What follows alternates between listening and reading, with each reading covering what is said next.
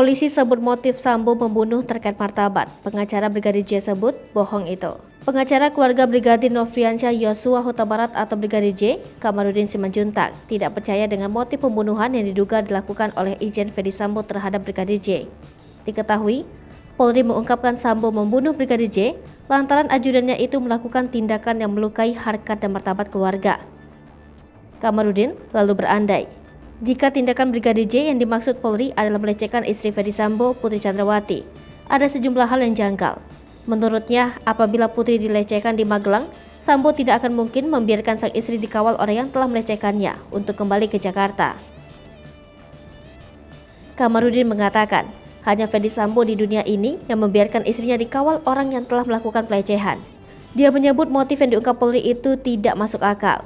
Selanjutnya, Kamarudin membeberkan bukti lain dari kebohongan motif Ferdy Sambo.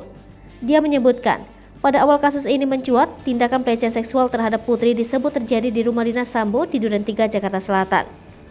Walhasil, tindakan Brigadir J itu dilaporkan ke Polres Metro Jakarta Selatan. Polisi bahkan menerima laporan polisi tersebut, di mana diduga terjadi pelecehan terhadap Putri. Kamarudin mempertanyakan, kenapa Sambo tidak membuat laporan polisi di Magelang jika tindakan pelecehan tersebut terjadi di sana, bukan di Jakarta Selatan.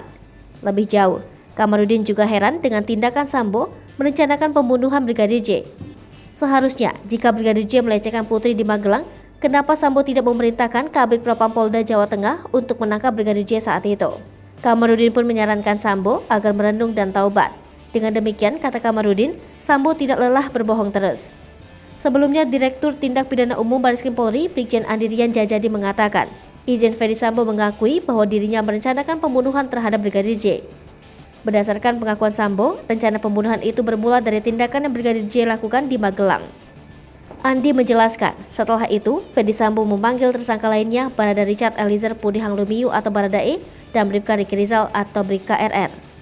Dia menyebut Sambo merencanakan pembunuhan terhadap Brigadir J. Polri menetapkan 4 tersangka dalam kasus ini, satu lagi yakni asisten rumah tangga Sambo, Kuat Ma'ruf.